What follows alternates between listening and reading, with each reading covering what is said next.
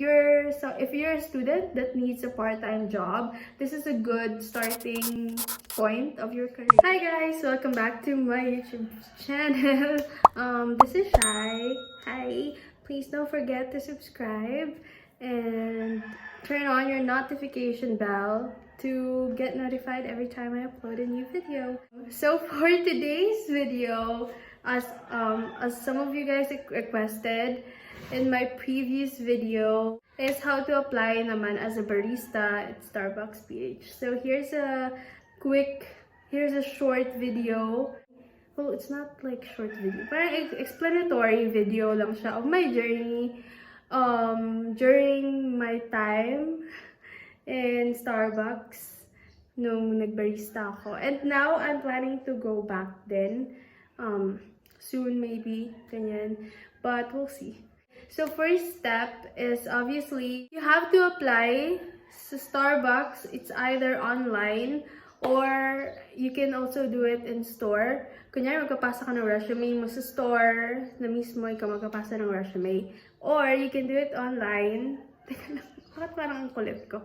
Or you can do it online using the link that I will be posting or linking in the description box down below. Yun yung first step. Next step is after, pag na-text ka na nila, syempre ti-text ka nila, magbibigay sila sa'yo ng details kung kailan yung iyong interviews. We have 3 interviews, the initial, the store, and the district interview. So, the initial interview is one-on-one with the HR, with the HR. Tapos, you're gonna be in a room, like 10 people inside the room, and then parang the HR will ask you questions randomly lang, ganyan.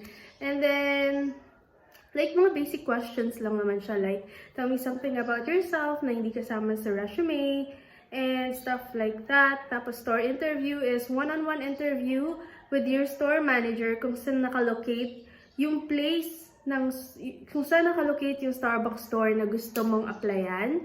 Next is the district interview, the managers of the managers. That's very easy lang. Yun yung pinaka-final mong interview. And yung district manager ko, she was really sweet. And sobrang bait niya sa akin. She asked me lang like where I'm from, or like kaya ko ba yung transportation from here to the store, and kung ano yung bakit doon ko gustong ma-position the store, ganyan. And back then, nung nag-apply kasi ako, wala pang pandemic. That was, I think that was parang March 2020. Papa-start pa lang yung pandemic. So, yun. Yeah, so after nun, may mga list yung HR ng mga requirements that you need. If you have those naman, pwede namang for renewal na lang yung mga yun. And for parang, ano tawag doon? Like, to follow yung ibang mga requirements. But most of the requirements are very easy. Like SSS, PhilHealth, NBI clearance, and stuff like that. You guys keep asking me of like a Starbucks drink suggestion. Mahirap mag-suggest sa mga tao, but I will make a different video with my Starbucks drink suggestions, and ipapakita ko din sa inyo yung list ng ingredients niya. Also, kung paano siya sasabihin, like if it's customized, ganyan. Tapos, yeah, I'll make another video of it, and with the drink itself, yan. Back then, I was in college, still in college up to this day naman. I took accountancy and I needed an extra money. That's literally the first reason why I wanted a job sa Starbucks. Plus, I love coffee, so that's a win-win situation kasi every day I get free coffee every shift.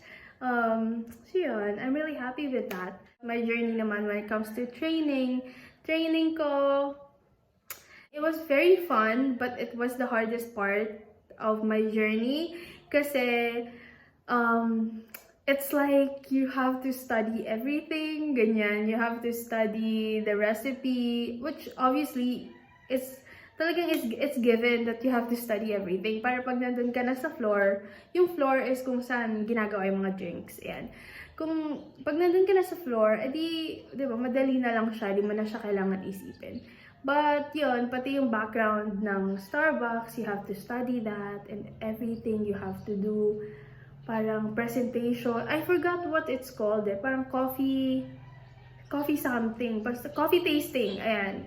Every time, I mean, hindi naman every time, pero every time you get like promotion, you have to do coffee tasting. Sometimes in other stores, they do it every week, ganyan.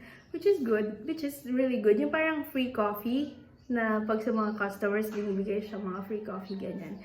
Kasi may mga nagko-coffee tasting.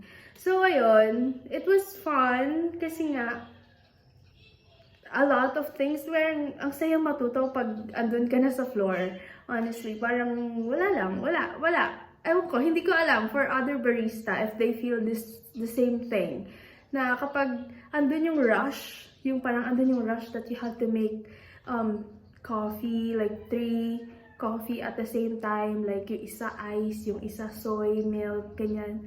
Tapos yung isa hot, tapos parang lahat na ang gulo-gulo ng utak mo. Feeling ko yun yung isa sa fun part, kasi very challenging siya. But, pag nagkamali ka, lagot ka. Ganon, lagot ka talaga. Pero, depende kasi yan sa magiging ka-team mo or ka-work mo, or magiging barista trainer mo. Well, yung barista trainers ko, mababait. So, pero napapagalitan ako, yes, of course. Nako-call out ako for things that I did na mali, of course. Kasi bawal nga. Reasons why I left is obviously the transportation during pandemic. Ganyan. It's very basic, but it's for my safety as well. Yeah, so I think that's the end of this video. I will show you guys around when I get my coffee and what I like, what kind of drinks I like for coffee. I mean, what kind of drinks I like to get when I go to Starbucks. I basically go to Starbucks like every other day. So, it's bad. I think it's the worst addiction. I mean, not worst, but it's really expensive. It's a very expensive addiction that I have right now. Is I can't stop drinking coffee. Yun, just share ko lang. Anyways, if you guys want to know more about me, about anything with my journey to Starbucks, just let me know if you have any questions. Leave them in the comment section down below, and I will try to respond. I am very, very active in the comment section. If you guys can check the video that I posted on how to order Starbucks in PH. I'm very, very responsive in the comment section below. So yun, don't forget to like this video and share this if anyone needs to know how to apply to Starbucks. It's very easy, you guys.